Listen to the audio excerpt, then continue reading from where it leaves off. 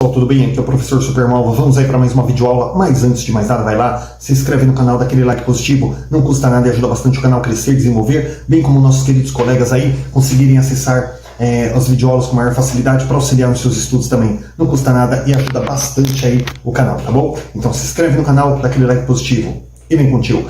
Vamos agora para a nossa 7ª aula sobre o Referencial Curricular Nacional para a Educação Infantil.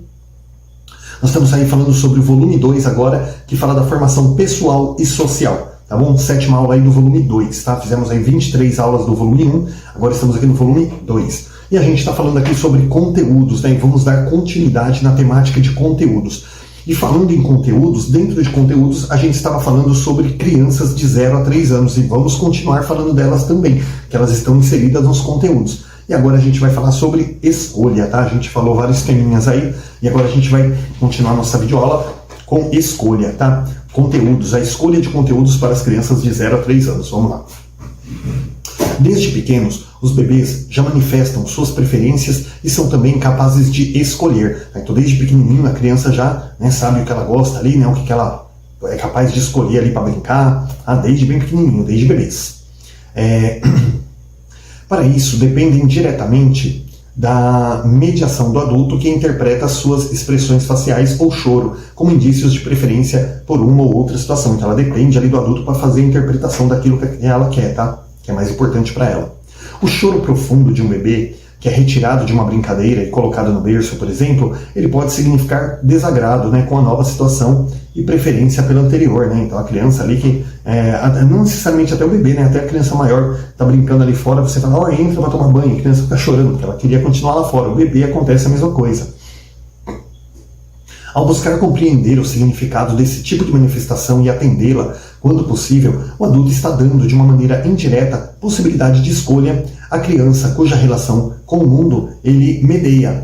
Tá? Então, quando o adulto busca compreender esse significado, né, e atender aquilo que a criança mais quer, né, então, assim, ele dá aquela opção da criança já escolher aquilo que ela quer, né, aquilo que ela deseja, aquilo que é mais aprazível para ela. Escolhas mais diretas logo se tornam possíveis, tais como as que se referem aos objetos com os quais brincar, né, ou aos companheiros com quem interagir, né. A criança, conforme ela vai crescendo ali, vai ampliando ali a gama de escolhas dela também. Mas essas escolhas também, elas dependem muito da maneira como o adulto organiza a rotina e dispõe o ambiente, tá? Então, a maneira como a gente disponibiliza as coisas ali para a criança vai afetar diretamente aí essas escolhas. Nesse sentido, a organização do espaço ele é um procedimento recomendado para que as crianças disponham de várias alternativas de ação e de parceiros, ou seja, criar inclusive vários ambientes ali dentro da sala de aula e na escola também, onde a criança ela possa descobrir ali a melhor forma dela aprender, né, aquilo que é mais agradável para ela também. Pode-se pensar, por exemplo, numa sala onde haja... eu acabei de falar isso aqui. Pensar, por exemplo, numa sala onde haja num canto instrumentos musicais, no outro brinquedos de faz de conta, num terceiro blocos de encaixe, permitindo que as crianças possam circular livremente entre um e outro, exercitando seu poder de escolha, né, tanto em relação às atividades como em relação aos parceiros ali. Então você criar vários cantos, cantos de leitura, cantos do blocos de montar, das brincadeirinhas de panelinha, das brincadeiras de carrinho ali, né? Então vários cantos ali onde a criança ela possa escolher o que é mais legal para ela brincar, o que ela mais se agrada ali, certo? E agora, a gente falou de escolha, nós vamos falar agora de faz de conta. Cabe ao professor organizar situações de interação em que panos, fraldas ou anteparos, como caixas e biombos, eles possam ser utilizados para esconder o rosto ou o corpo todo da criança e do parceiro, né, num jogo de esconder e aparecer. Eu já mencionei isso em uma das aulas, vou mencionar de novo.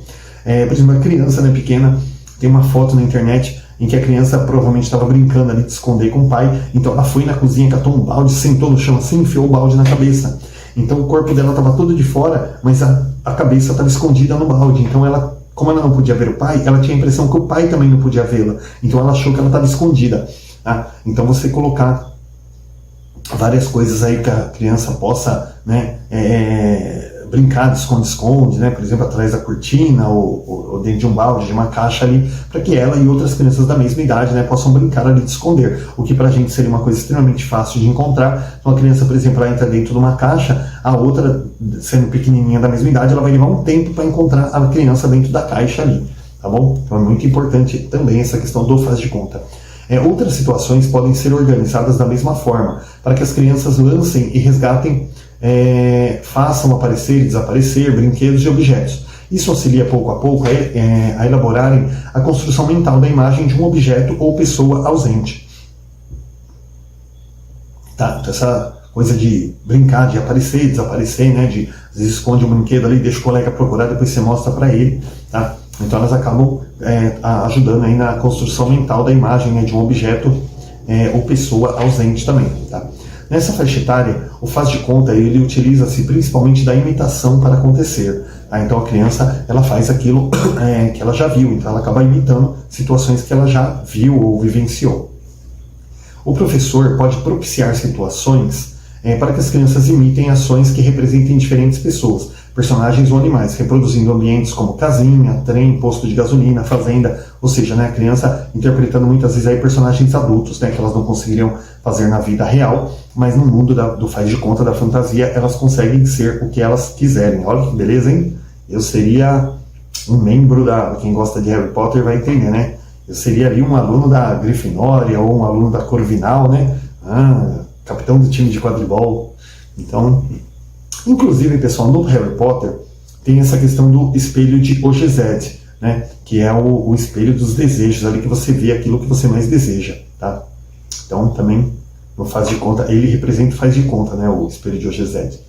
Esses ambientes devem favorecer a interação com uma ou mais crianças, né, compartilhando um mesmo objeto, tal como empurrar o berço, como se fosse um meio de transporte, levar bonecas para passear, ou dar de mamar, cuidar de cachorrinhos, tá? Então os ambientes eles devem favorecer, né, o faz de conta aí, permitindo que as crianças expandam a sua imaginação.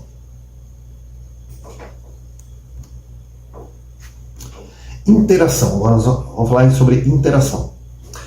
O desenvolvimento da capacidade de se relacionar depende, entre outras coisas, de oportunidades de interação com crianças da mesma idade ou de idades diferentes em situações diversas, tá? Então, o desenvolvimento da capacidade de se relacionar depende muitas vezes aí das oportunidades de interação da criança, né? Com crianças da mesma idade ou crianças de idade diferente aí, né? Então, o desenvolvimento da capacidade depende muito dessa questão da interação. Cabe ao professor promover atividades individuais ou em grupo, respeitando as diferenças e estimulando a troca entre as crianças. Ou seja, o professor aí deve promover atividades que eles possam fazer de forma individual, cada um vivendo o seu momento ali, e também de forma coletiva, né? De modo a trabalhar as diferenças, né? Crianças, meninos fazendo atividades com meninas, né? Crianças ali, por exemplo, evangélicos fazendo atividade, como por exemplo aqui em Guarulhos tem muito boliviano, então eles têm uma religião diferente, uma cultura diferente, então colocar ali, né? Para que um possa interagir com o outro, tá bom? Então o professor precisa propiciar esses tipos de atividades. Para crianças que ainda não andam sozinhas, é fundamental que se pense no local onde serão acomodadas, tá? Então precisa, até mesmo quando você vai dar fazer uma brincadeira num solário, né? Se a criança é muito pequenininha, tem que pôr um tapetinho ali, preparar o local, porque é uma criança que ela põe a mão no chão e põe na boca, tal, ela é um bebezinho ainda muito pequeno, então você tem que garantir ali tudo, a segurança, a higiene daquela criança. Se forem mantidas em berços, por exemplo, elas terão mais dificuldade para se comunicar do que se forem acomodadas em colchões ou almofadas espalhadas pelo chão, onde possam se enxergar mais facilmente, arrastar-se em direção ao parceiro, emitir balbúcios ou sorrisos, né? Ou seja, aquela conversa de bebês, né? Então, você propiciar ali, por exemplo, almofadas, colchonetes ali, colocar as crianças ali no chão, você vai propiciar uma interação muito maior do que se eles estivessem em berços um do lado do outro ali. A estruturação do espaço em áreas menores o que possibilita mais intimidade e segurança, tende a ser fator facilitador. Isso aqui para o berçário, tá, pessoal? As crianças que são bebês ainda, né, tem que ser um ambiente menor ali, porque se você coloca eles num ambiente muito grande, eles dispersam e a visão deles é mais curta também. Então eles, um bebê assim, tá 6, 7, 8 metros dele, ele já tende a não discernir ali se aquilo é um bebê igual a ele, ou se é, sei lá, qualquer outra coisa, uma almofada no chão ali. Então eles precisam estar mais perto, um ambiente um pouco menor ali, para que eles possam ter uma maior interação. A disposição de objetos atraentes ao alcance das crianças também auxilia o estabelecimento de interações, uma vez que servem, né, como suporte e estímulo para o encadeamento das ações. Por exemplo, né, os livrinhos laváveis, né, aqueles mordedores, bonequinhos de borracha ali, né, que sempre tudo muito colorido, de modo a despertar ali o interesse da criança, né? Um aspecto a ser levado em conta é a quantidade de exemplares de brinquedos ou objetos significativos colocados à sua disposição. Por que quantidade, tá, de exemplares ali de brinquedos? Porque colocar bastante brinquedo igual, porque você vai ter vários bebês ali, né? Aí, se todo mundo cismar ali que é o mesmo brinquedo, então precisa ter ali uma variedade grande do mesmo brinquedo, tá? Para que eles possam dividir o mesmo brinquedo, mas cada um com o seu, mesmo até para ele fazer associação do que é igual e o que é diferente. A oferta de múltiplos exemplares ela pode facilitar a comunicação na medida em que propicia ações paralelas de imitação, bem como ações encadeadas de faz de conta. Foi o que eu acabei de explicar. Além disso, né, tal procedimento tem chances de reduzir a incidência de conflitos em torno da posse de objetos. O faz de conta é momento privilegiado de interação entre as crianças. Por isso, a importância de ter espaço assegurado na rotina ao longo de toda a educação infantil. Então aqui, quando eu falo assim do tal procedimento, tem chance de reduzir a incidência de conflitos, foi aquilo que eu falei, né? Evitar que todas as crianças queiram o mesmo brinquedo. Então você tem vários exemplares ali do mesmo brinquedo, né? Do mesmo objeto. E na questão do faz de conta, né? Ele é um momento privilegiado, por isso a importância de ter um espaço assegurado ali na rotina, ou seja, tem que brincar de faz de conta todo dia, principalmente os bebês ali, né? Tem que ter esse espaço para que eles possam interagir dessa forma. O estabelecimento de condições adequadas para as interações, ele está pautado tanto nas questões emocionais e afetivas, quanto nas cognitivas, tá? Então, quando você fala assim de estabelecimento, as interações, o estabelecimento aí das condições adequadas, ou seja, você preparar um ambiente adequado para a interação social, ele vai contribuir bastante aí, influenciar, né, tanto nas questões emocionais quanto afetivas também, e nas cognitivas. As interações de diferentes crianças, incluindo aquelas com necessidades especiais, assim como com conhecimentos específicos diferenciados, são fatores de desenvolvimento e aprendizagem, quando se criam situações de ajuda mútua e cooperação. Então, assim, quando você tem interação de diferentes crianças, de diferentes culturas, como eu falei, dos bolivianos, dos evangélicos, católicos, às vezes uma criança ali de pais espírita, às vezes uma criança que ela tem 2 pais ou 2 mães, né? Então você misturar e também inclusive colocar crianças com necessidades especiais. Então essas diferenças aí, elas favorecem muito o desenvolvimento tanto da criança, por exemplo, especial, quanto da criança regular, tanto da criança boliviana que está aprendendo a nossa língua, a nossa cultura, quanto da criança que vai aprender um pouquinho da língua e da cultura dele também. E assim, gente, com todas as crianças ali, tá? E quando se criam essas situações de ajuda mútua, em que um tem que auxiliar o outro, né, cooperar com o outro, isso aí, gente, facilita bastante aí na construção da identidade da criança por meio dessas interações. As características de cada criança, seja no âmbito afetivo, no emocional, social ou cognitivo, ou seja, qualquer âmbito, né, as características de cada criança, elas devem ser levadas em conta quando se organizam situações de trabalho ou em jogo em grupo, ou em momentos de brincadeira que correm livremente. Então, assim, as características de cada criança ela tem que ser levada em conta nas diversas atividades aí que são realizadas. Tá? Por quê? Porque é aquilo que a gente falou, né? Não pode falar assim, não vou brincar com ele porque ele fala estranho. Poxa, porque às vezes o boliviano mal fala português, né? Ele fala estranho. Ele é esquisito. Ele é diferente. Não, gente, a gente tem que buscar isso daí, mostrar para as crianças, não, poxa, olha, você é loiro, ele é moreno, você é menino, ela é menina, e mostrar que todas as pessoas têm diferenças, mas que todos são crianças, né? Todos são seres humanos, e a partir de que eles comecem a ver todas as crianças ali, todos os colegas como iguais, né? Isso vai favorecer a todos. Agora a gente vai falar sobre imagem.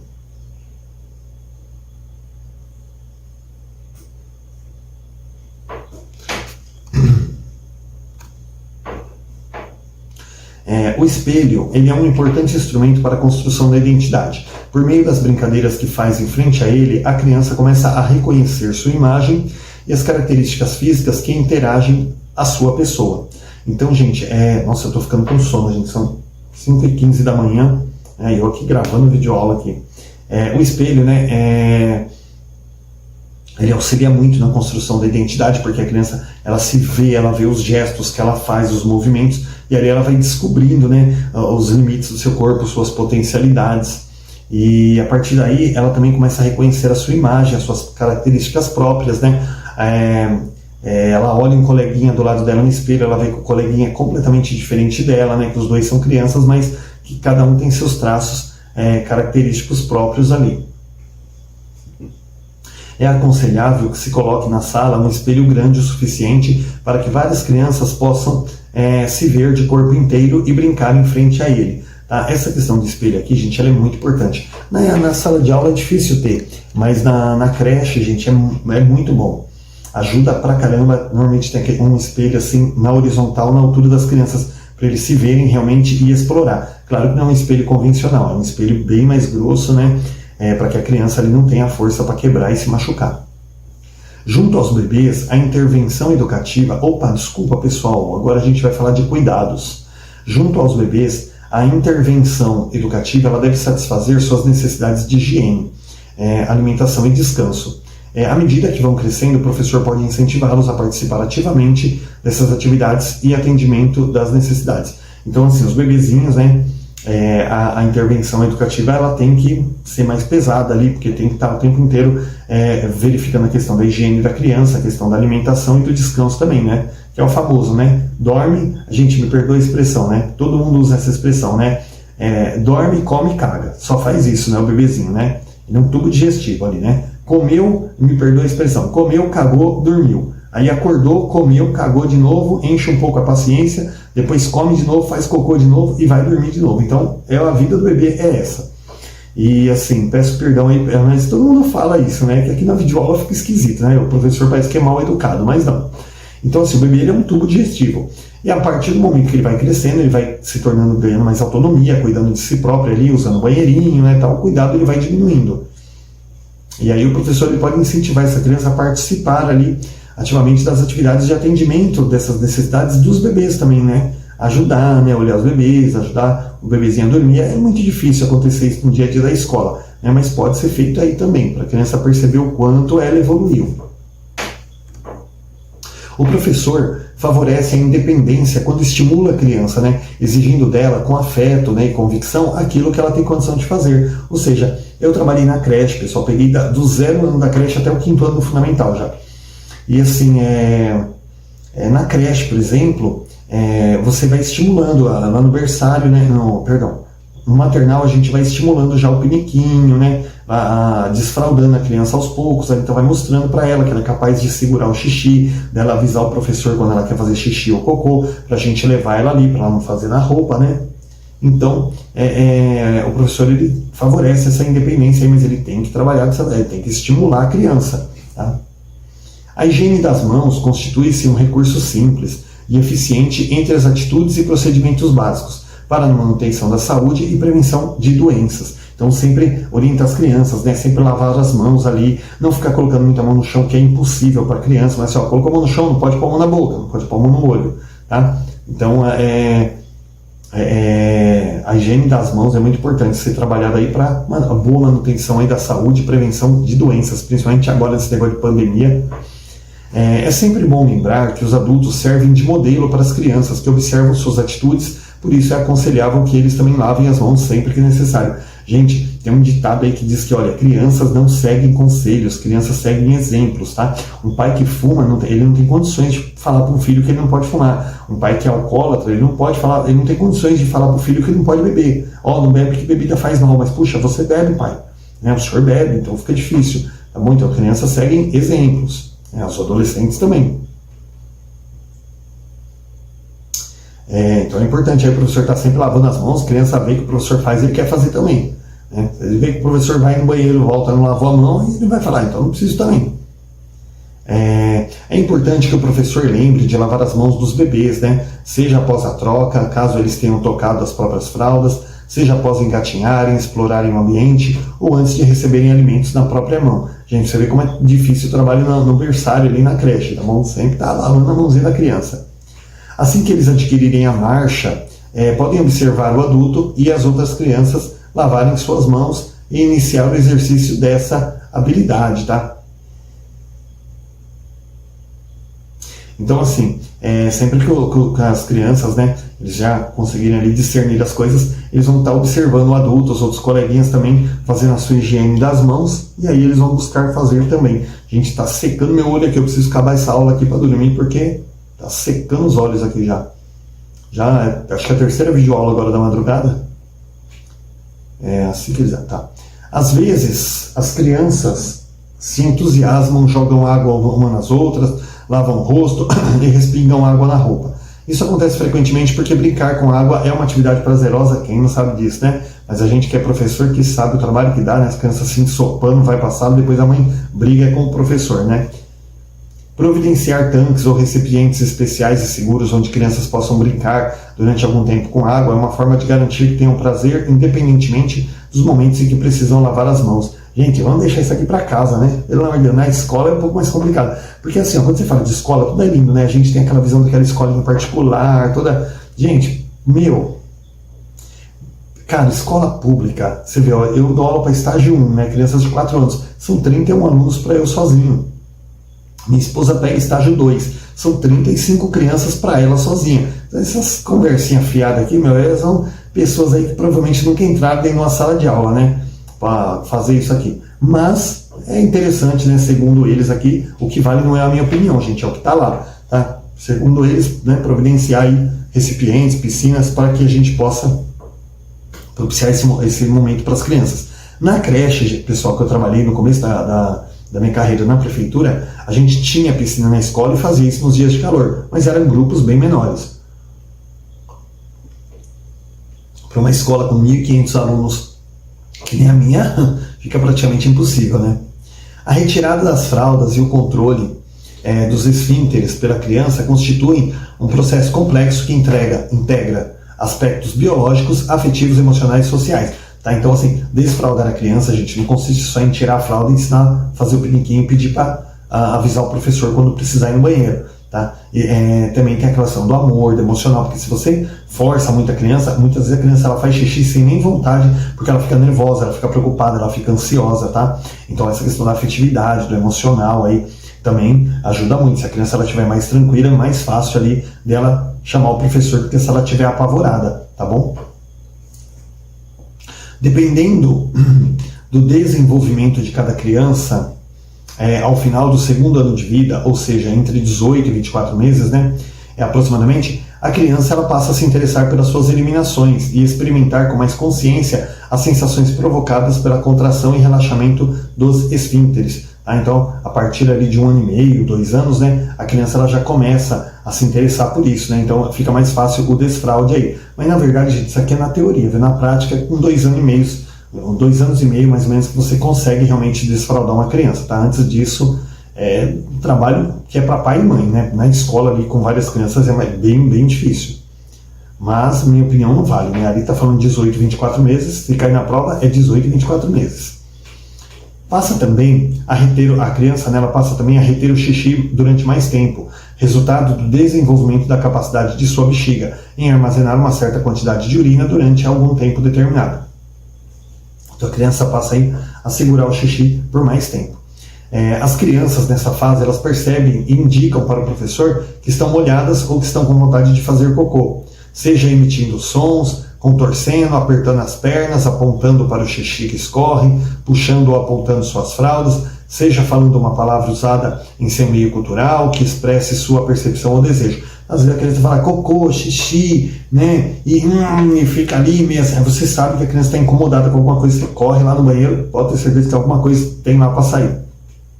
Ao identificar os momentos em que a criança está sentindo vontade de evacuar ou urinar, o professor ele pode perguntar-lhe se quer ir ao sanitário, se precisa de ajuda, tá? Isso eu acabei de falar. É aconselhável levá-las periodicamente ao banheiro. Eu falei isso numa outra aula, tá? Quando você está desfraudando criança ali, gente, levar no banheiro a cada 10 minutos ali no piniquinho, cada uns 10 minutos sai umas gotinhas ali para a criança realmente aprender, né? Ó, xixi, piniquinho, xixi, piniquinho, tá? Para ela realmente não armazenar ali uma meia hora e a hora que você vai levar ela faz da roupa, tá bom? As fezes e a urina são produções da criança e têm um significado especial para ela. Pela reação do professor e dos familiares diante do seu cocô e do seu xixi, ela percebe como os adultos recebem o que ela produz. Gente, assim, criança fez xixi na roupa.